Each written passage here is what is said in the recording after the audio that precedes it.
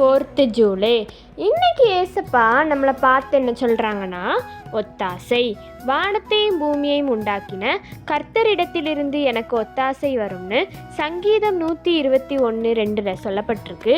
இந்த வானத்தையும் பூமியையும் ஏசப்பா ஒவ்வொன்றையும் பார்த்து பார்த்து படைச்சாங்க. அப்போது ஏசப்பாக்கு நம்ம தினசரி வாழ்க்கையில் என்னென்ன தேவை அப்படிங்கிறது ஏசப்பாக்கு தெரியும். நம்மளுக்கு என்ன தேவையோ அது தினம் ஏசப்பா நம்மளுக்கு கரெக்டாக தருவாங்க. நம்மளுக்கு நிறைய பேர்ட்டேருந்து ஹெல்ப் கிடைக்காம இருக்கலாம், நம்ம தேவைகள் நம்ம வாழ்க்கையில் உள்ளது கிடைக்காம இருக்கலாம். ஆனால் ஏசப்பாக்கு நம்மளுக்கு என்னென்ன எந்த டைமில் கொடுக்கணும் அப்படின்னு தெரியும். நம்மளுக்கு டெய்லி நம்ம ஏசப்பா நம்மளை பாதுகாத்து டெய்லி நம்மளுக்கு தேவையான சாப்பாடு, ட்ரெஸ் எல்லாம் தராங்க.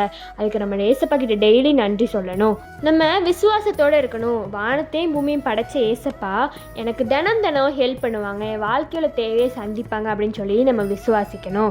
ஜபம். அன்புள்ள தகப்பனே, இந்த நாளை காணிச்சதை கிருபைக்கு நன்றி அப்பா.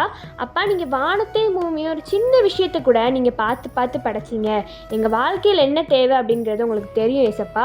அதை நீங்கள் எங்களுக்கு டெய்லி தந்து எங்கள் வாழ்க்கையை நீங்கள் பாதுகாத்து கொள்ளுங்கள். உங்ககிட்ட இருந்து எங்களுக்கு ஒத்தாசை வர உதவி செய்யுங்க.